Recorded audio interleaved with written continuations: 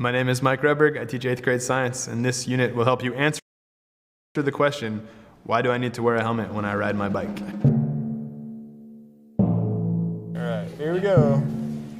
All right, ready? 1, 2, 3. We're exploring the ideas of force and motion. So the purpose of the demonstration is to create a key experience, something that we can talk about in subsequent lessons and just keep referring to. So right now we're about halfway through the unit, exploring the model of an egg for your head and talking about collisions to apply Newton's laws, which we've been learning about, to this demonstration. 3. So this is a unit that takes about 6 weeks, start to finish. The demonstration is repeated 4 times throughout the unit. First time is just as an introduction. So let's watch the egg collide with the barrier and then write. And so initially their explanations are very simple, kind of what you'd expect from anybody. Then as we learn concepts like acceleration, inertia, force, motion, Newton's first, second, and third laws, they'll have to rewrite an explanation. So what we're gonna do is we're gonna look back at the work that you did a couple weeks ago when we were just starting the unit, thinking about why do I need to wear a helmet when I ride my bike? What I want you to do is reread what you wrote last time, and then you're gonna rewrite. You're gonna make a new prediction. What are we gonna see today? When you are writing today, I want you to think about our word wall. I want you to think about our vocabulary words. Could you use the word acceleration? Could you use balanced force? Can you talk about momentum? And so we have the students predict and then write. All right, please turn and share what you've written with somebody in your group. Then you also saw every time after they write, they had to turn and talk and share what they wrote with their neighbor. So they're just practicing using the words and getting comfortable. The acceleration of the egg was faster because it had more mass. If you want kids to acquire new vocabulary, you have to teach it in a variety of ways. Like if we don't discuss the words, if we don't practice using them, they remain, words that are up on the wall that a student might think, okay, I'm going to use this in science class. Force equals mass times acceleration. Okay, can somebody explain that for me in their own words? What does that mean? What is Isaac Newton telling us? The valuable part, the learning part of it is when we then discuss and talk about it.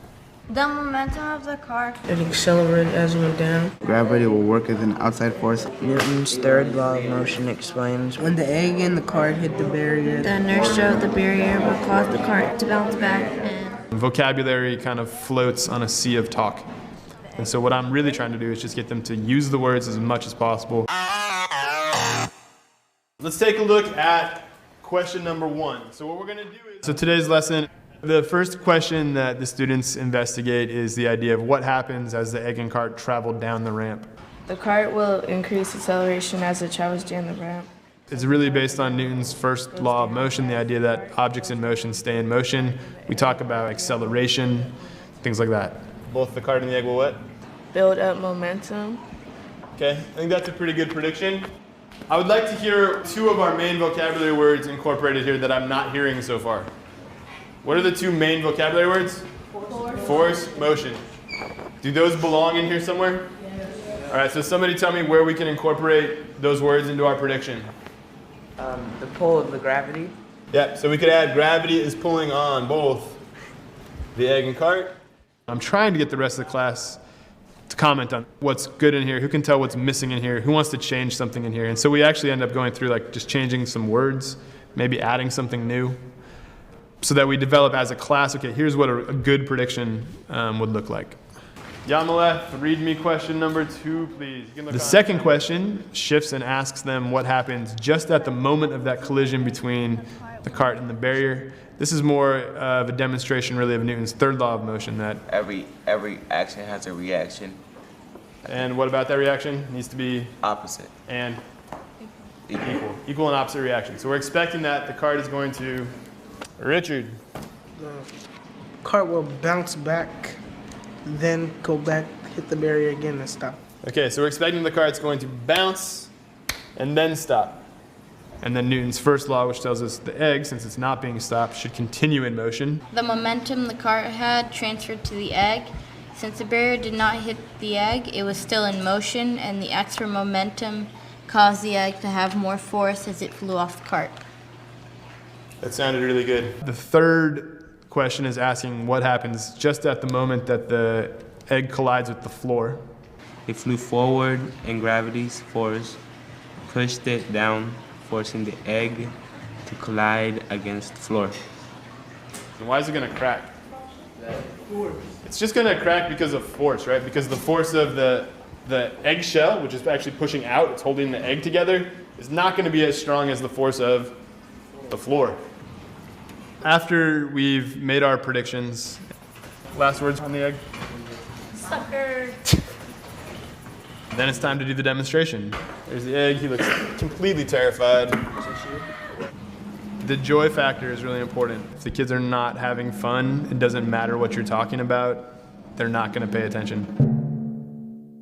All right, here we go. All right, ready? 1, 2, 3. It's also fun. I mean, it's just purely fun. Ooh! Brutal. Brutal. That one was perfect.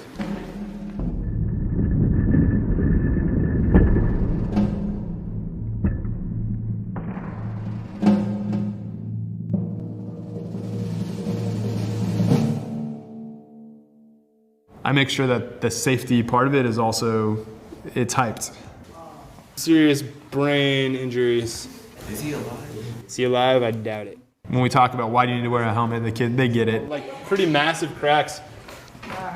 We got some good ooze coming out of it there. A decision like wearing a bicycle helmet is a really good one. Next.